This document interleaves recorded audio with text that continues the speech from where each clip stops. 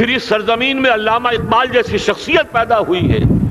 یہ ساری چیزیں جو ہے یہ در حقیقت اشارہ کر رہی ہیں کہ یہ ملک مشیت ایزدی کے کسی طویل سلسلے کی ایک کڑی ہے. اور وہ سامنے آ گیا تھا کہ سن 47 میں یہ قائم ہوا ہے، اور پورے 9 مہینے بعد 14 اگست اور 13 مئی، 14 اگست سن 47 اور 13 مئی سن 48، پورے 9 مہینے بعد اسرائیل عالم وجود میں آ گیا. اللہ تعالیٰ نے اس عالمی بیماری، اس کے لیے جو علاج ہے وہ پہلے پیدا کیا ہے. جیسے کہ حدیث میں آتا ہے ما انزل اللہ من دائن الا انزل له دوان، اللہ تعالیٰ نے کوئی بیماری ایسی نہیں اتاری کہ جس کا علاج بھی نہ اتار دیا ہو. اور جیسے کہ ماں کی چھاتیوں میں بچے کی ولادت سے پہلے دودھ پیدا ہو جاتا ہے، اس کی غذا کا بندوبست پہلے ہو جاتا ہے، اسی طریقے سے اسرائیل کا جو فتنہ اٹھنے والا تھا اس کی سرکوبی کے لیے پاکستان وجود میں آیا ہے. اور آج وہ مرحلہ آ گیا ہے تاریخ کا ایک عظیم موڑ. آپ دیکھیں گے کہ بڑی مشابہت پیدا ہو گئی ہے.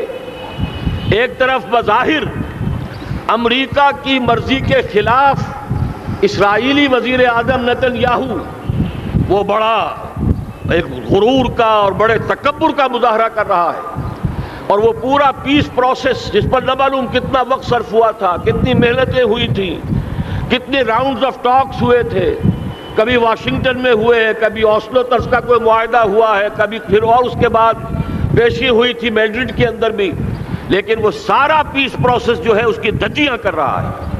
وہ وقت بالکل قریب نظر آ رہا ہے کہ یروشلم کے مسئلے پر وہاں بٹی دہک اٹھے گی. اور احادیث نبویہ میں جو خبریں دی گئی ہیں کتاب الملاحم کی احادیث میں معلوم ہوتا ہے کہ اب اس کا آغاز ہونے والا ہے. نیتن یاہو کو امریکہ کے خلاف جانے کا اصل میں حوصلہ کیوں پڑ رہا ہے؟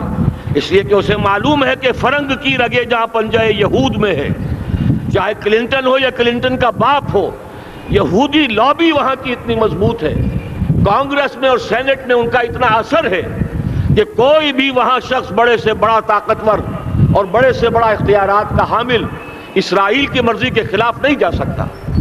یہی معاملہ یہاں نظر آ رہا ہے. بظاہر تو ناراضگی کا اظہار ہوا ہے، لیکن یہ بات اب تو کھلتی چلی جا رہی ہے. حقیقت یہ ہے کہ یہود اور ہنود کا بڑا گہرا لنک قائم ہو چکا ہے، اور یہ بھٹیاں اب دونوں طرف دہکیں گی. میں اس سے پہلے بارہا کہہ چکا ہوں، ملت اسلامیہ تقریباً 150 کروڑ افراد پر مشتمل ہے، لیکن اس میں سے تقریباً 20 کروڑ عرب ہیں. ان کو اللہ نے خصوصی فضیلت دی تھی. یہ تھے کہ جن کی زبان میں قرآن نازل ہوا، خود محمد عربی صلی اللہ علیہ وسلم عرب تھے، انہیں جو فضیلت عطا کی تھی. لیکن بدقسمتی سے اس دور میں آ کر بھی انہوں نے آزادی حاصل کرنے کے بعد بھی اپنا قبلہ درست نہیں کیا. کسی نے ماسکو کی طرف رخ کیا، کسی نے واشنگٹن کا رخ کیا، اللہ اور اس کے رسول کی طرف رخ نہیں ہوا. واقعہ یہ ہے کہ مجرم ہیں. دوسرے بڑے مجرم 150 کروڑ میں سے 10% یہ 15 کروڑ مسلمان ہیں. حالیہ جو سینسس ہمارا ہوا ہے اس کے بعد اندازہ ہو رہا ہے کہ یہاں کی آبادی 15 کروڑ ہو چکی ہے. 10% امت مسلمہ کا مسلمانان پاکستان ہے، اور یہ اس اعتبار سے کہ اسلام کے نام پر ملک بنا کر نصف صدی گزار چکے، لیکن یہاں پر اسلام کا بول بالا نہیں ہوا، کتاب و سنت کی بالادستی کر اعلان نہیں ہوا. دستور میں ساری اسلامی دفعات موجود، لیکن اس کے ساتھ ہی ایسے خلا موجود، چور دروازے موجود کہ کوئی دفعہ بھی مؤثر نہیں ہے. یہ منافقت کا پلندہ لے کر ہم چل رہے ہیں اس دستور کو، اس دستور مملکت پاکستان کو. لہذا واقعہ یہ ہے کہ یہ بھٹی جو ہے اب ہماری آزمائش کے لیے آگ آد ابراہیم ہے، نمرود ہے. کیا کسی کو پھر کسی کا امتحان مقصود ہے؟ اس لیے میں نے وہ آیت بھی آپ کو سنائی، وَلَنَبْلُوَنَّكُمْ بِشَيْءٍ مِّنَ الْخَوْفِ وَالْجُوعِ. آج کی صورتحال پر غور کیجئے، کس درجے یہ الفاظ ہمارے جو ہیں وہ ثابت ہو رہے ہیں اور جس اپلائی ہو رہے ہیں. ایک خطرہ پیدا ہو چکا ہے. واقعہ یہ ہے کہ کوئی کرائسس ہو، کوئی خطرہ ہو، کوئی اندیشہ ہو تو قوم جاگ جایا کرتی ہے. اور اس کے بعد حقیقت یہ ہے اگر ہم نے جرأت کر لی، اور مجھے یقین ہے کہ ہو جائے گا، کچھ لیت و لال ہے، کچھ تاخیر ہے، حکومت کے کچھ اعلانات دو طرفہ سے بھی آ جاتے ہیں، لیکن مجھے یقین ہے یہ دھماکہ ہوگا، یہ مشیت ازدی ہے، یہ شدنی امر ہے، یہ ہوگا۔ اور اس کے بعد یقیناً اس آیت مبارکہ کا دوسرا لفظ ہم پر منطبق ہوگا، وَلَنَبْلُوَنَّكُمْ بِشَيْءٍ مِّنَ الْخَوْفِ وَالْجُوعِ۔ یہاں دوسرا لفظ بھوک کا لفظ ہے، ہم پر سختیاں آئیں گی یقیناً۔ الکفر ملت واحدہ، پوری دنیا امریکہ کی زیر سرپرستی ہمارے خلاف کھڑی ہوگی، ہمارے اوپر پابندیاں لگیں گی، لیکن شاید ہمارے جذبہ ایمانی کو بیدار کرنے کے لیے اللہ تعالیٰ اسی کو ذریعہ بنا دے، اور پھر اس کے ذریعے سے پورے عالم اسلام میں عوامی سطح پر جو ہمدردی پیدا ہوگی پاکستان کے ساتھ، اس کے آثار شروع ہو گئے ہیں۔ کبھی قطر کی طرف سے خبر آ رہی ہے، کبھی الاحرام کا جو ہے وہاں بات سامنے آ رہی ہے۔ معلوم ہو رہا ہے کہ جو بھی پبلک اوپینین ہے پورے عالم اسلام میں، اس کی وجہ کیا ہے؟ میں نے اپنے پچھلے جمعے کے خطاب میں عرض کیا تھا کہ جیسے پاکستان سلطنت خداداد پاکستان ہے، ایسے ہی اس کی ایٹمی صلاحیت یہ بھی خداداد ہے، اللہ نے چھپر پھاڑ کر ہمیں دی ہے۔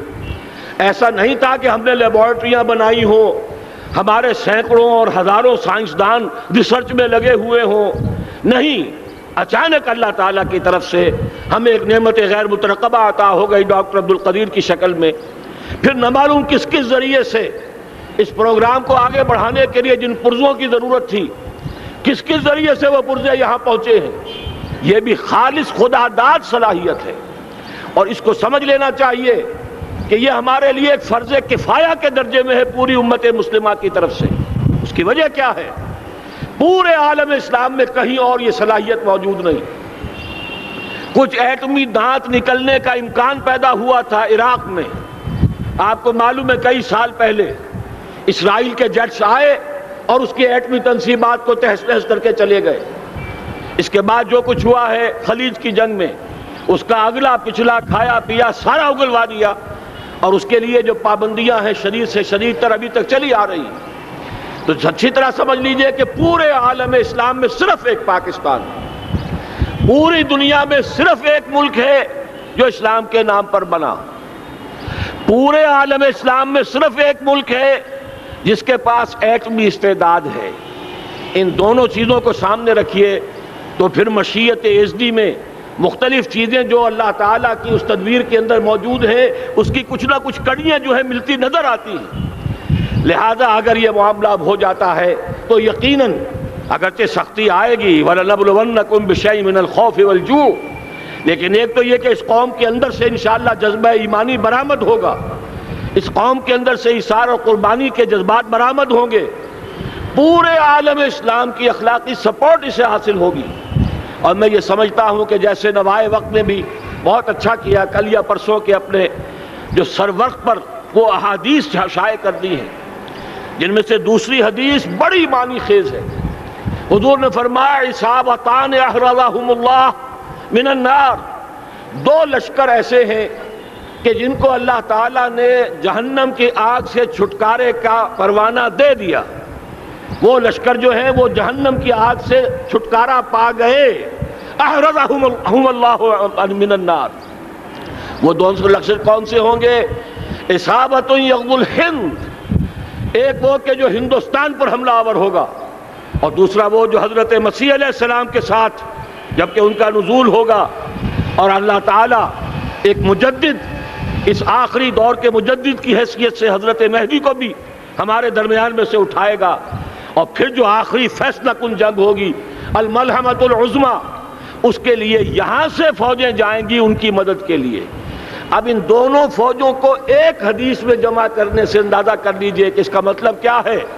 یہ علاقہ پاکستان اور اس سے ملحق افغانستان، یہ علاقہ ہے کہ جو اسلام کا گہوارہ پہلے بنے گا، یہاں سے فوجیں جائیں گی، اور دائیں بھی اور بائیں بھی، مشرق میں بھی اور مغرب میں بھی، اور یہیں سے انشاءاللہ تعالی اسلام کا جو عالمی غلبے کا جو وعدہ ہے اللہ کا، کی خبر دی ہے محمد الرسول اللہ صلی اللہ علیہ وسلم نے لا يبقى على الارض بیت وبر ولا مدر الا ادخلہ اللہ کلمۃ الاسلام، اس روئے ارضی پر کوئی گھر بچے گا نہ خیمہ بچے گا جس میں اللہ تعالیٰ کلمہ اسلام کو داخل نہ کر دے۔ وہ حدیث کے جس کے بارے میں فرمایا گیا، حضور نے ارشاد فرمایا، حضرت ثوبان سے روایت ہے کہ اللہ تعالیٰ نے میرے لیے ساری زمین کو سمیٹ دیا۔ ان اللہ زوالی الارض فرأیت مشارقہا و مغاربہا، میں نے اس زمین کے سارے مشرق دیکھ لیے، سارے مغرب دیکھ لیے، لیکن یہ جان لو ان امتی سیبلغ ملکہا ما ذُوِّ لِی منہا، میری امت کی حکومت ان تمام علاقوں پر قائم ہو کر رہے گی جو پوری زمین کو لپیٹ کر مجھے دکھا دیے گئے۔ یہ وعدہ پورا ہونا ہے، اور اس وعدے کا نقطۂ آغاز یہی سرزمین، اور جیسا کہ ہمیں افغانستان میں آثار نظر آ رہے ہیں، ایک خالص دینی مذہبی حکومت قائم ہو چکی ہے۔ افغانستان کا 80% علاقہ امن کا گہوارہ بن چکا ہے، علماء کی وہاں قیادت ہے اور حکومت ہے۔ یہ پاکستان اور افغانستان مل کر، جیسا کہ آپ کو یاد ہوگا میں نے جب تجویز پیش کی تھی کہ حکومت پاکستان فوراً تسلیم کرے طالبان کو، اللہ کا شکر ہے، میں یہ نہیں کہتا کہ میرے کہنے کی وجہ سے ہوا، لیکن بہرحال اللہ کا فضل ہوا کہ چند دن کے بعد ہی حکومت پاکستان نے تسلیم کر لیا طالبان کی حکومت کو۔ میری دوسری تجویز ابھی پینڈنگ ہے، پاکستان اور افغانستان کا کے درمیان کانفیڈریشن قائم کیا جائے۔ یہ ملک دونوں مل کر واقعتاً، کہ ایک نے واقعتاً 15 لاکھ سے زیادہ جانیں دے کر مرنا سیکھ لیا ہے، اور جو قوم مرنا سیکھ لے اسے کوئی مار نہیں سکتا، اسے کوئی شکست نہیں دے سکتا، اور ایک وہ قوم ہے پاکستان میں کہ جو 400 سال کی تجدیدی مساعی کے اثرات کی امین ہے، یہ اس کا تراث علمی ہے، چاہے وہ تحریک حضرت مجدد الفسانی کی تھی، چاہے وہ علمی تحریک شاہ ولی اللہ کی تھی، چاہے وہ تحریک جہاد سید احمد بریلوی کا تھا، چاہے اور جو بھی رجال عظیم پیدا ہوئے ہیں 14ویں صدی ہجری میں، ان سب کے اثرات یہاں موجود ہیں۔ یہ چیزیں مل کر وہ طاقت بنے گی کہ یہاں سے اسلام پھر پھیلے گا، مشرق کی طرف بھی مغرب کی طرف بھی۔ اصابۃ تغزو الہند و اصابۃ مع عیسیٰ ابن مریم، یہ چیزیں جو ہونی ہیں الحمدللہ میں سمجھتا ہوں کہ اب تیزی کے ساتھ حالات اس رخ پر جا رہے ہیں۔ کہیں فرمایا ان ینصرکم اللہ فلا غالب لکم، اگر اللہ تمہاری مدد کرے تو کوئی تم پر غالب نہیں آ سکتا، وَإِن یخذلکم، اور اگر خدا نہ خواستہ اللہ تعالیٰ ہی اپنی مدد تم سے کھینچ لے، واپس لے لے، سلب کر لے، ان یخذلکم، تمہیں چھوڑ دے، فَمَنْ ذَا الَّذِي يَنصُرُكُم مِّن بَعْدِهِ، تو پھر کون ہے جو تمہاری مدد کر سکے گا؟ اس مرحلے پر سیاسی جماعتیں اپنے جو ان کا مزاج ہے اس کے مطابق چاہتی ہیں کہ کیپٹلائز کریں، پولیٹیکل مفادات حاصل کریں۔ بہرحال میرے نزدیک ایک کنسنسس ہونا چاہیے، ایک نقطے کا دھماکہ ہونا چاہیے، اور نمبر 2 اللہ اور اس کے رسول کے ساتھ صلح اور اللہ کی مدد کی ضمانت حاصل کرنے کے لیے کتاب و سنت کی ٹوٹل بالادستی، پورے دستور پاکستان میں کوئی شے اس کے منافی ہو اس کو نکال کر باہر کر دیا جائے، نفاق سے پاک کر دیا جائے۔ جیسے دعا ہے اللہم ربنا طہر قلوبنا من النفاق، اسی طرح دعا مانگیے کہ اللہ ہمارے ملک کے دستور کو نفاق سے پاک کر دے، اور وہ ساری ترامیم جن کا کہ ہم نے ایک مہم بھی چلائی تھی، وہ ترامیم جس کا تقریباً وعدہ کیا تھا نواز شریف صاحب نے، جس کے لیے 2 مرتبہ ایک محفل میں کہا تھا راجہ ظفر الحق صاحب سے کہ راجہ صاحب پھر تیاری کیجئے اور دستور کی ترمیم کا بل تیار کیجئے، لیکن یہ کہ معلوم ہوتا ہے کوئی بڑا ہاتھ ایسا تھا جس نے روک دیا ہے۔ یہی ہاتھ ہے جو آج ہمیں ایٹمی دھماکہ کرنے سے روک رہا ہے۔ ہمیں چاہیے کہ یہ دونوں دھماکے بیک وقت کریں، اور ان دونوں دھماکوں کے بعد پھر چاہے دنیا کی کوئی طاقت ہماری دشمن بن جائے، ہمارے لیے اللہ تعالیٰ کی مدد و نصرت ہوگی۔ وَلَنَبْلُوَنَّكُمْ بِشَيْءٍ مِّنَ الْخَوْفِ وَالْجُوعِ وَنَقْصٍ مِّنَ الْأَمْوَالِ وَالْأَنفُسِ وَالثَّمَرَاتِ وَبَشِّرِ الصَّابِرِينَ الَّذِينَ إِذَا أَصَابَتْهُمْ مُصِيبَةٌ قَالُوا إِنَّا لِلَّهِ وَإِنَّا إِلَيْهِ رَاجِعُونَ۔ تو قوم انشاءاللہ تعالی، میں یہ سوچا کرتا تھا قوم مردہ ہے، بے حس ہو چکی ہے، دین سے عام طور پر بیزاری پیدا ہوتی جا رہی ہے، جو ہمارے دینی قیادت ہے اس سے بھی لوگوں کے اندر مایوسی پیدا ہو رہی ہے۔ کیسے ہوگا؟ میں نے بارہا کہا جب میں یہ شواہد دیکھتا ہوں جو حدیث میں ہے، جس کی خبریں دی گئی ہیں، 400 سال کی تاریخ دیکھتا ہوں، تو مجھے پاکستان کا مستقبل بہت شاندار نظر آتا ہے۔ یہ تو مشیت ایزدی میں کسی بہت اہم رول کو پلے کرنے کے لیے قائم ہوا ہے۔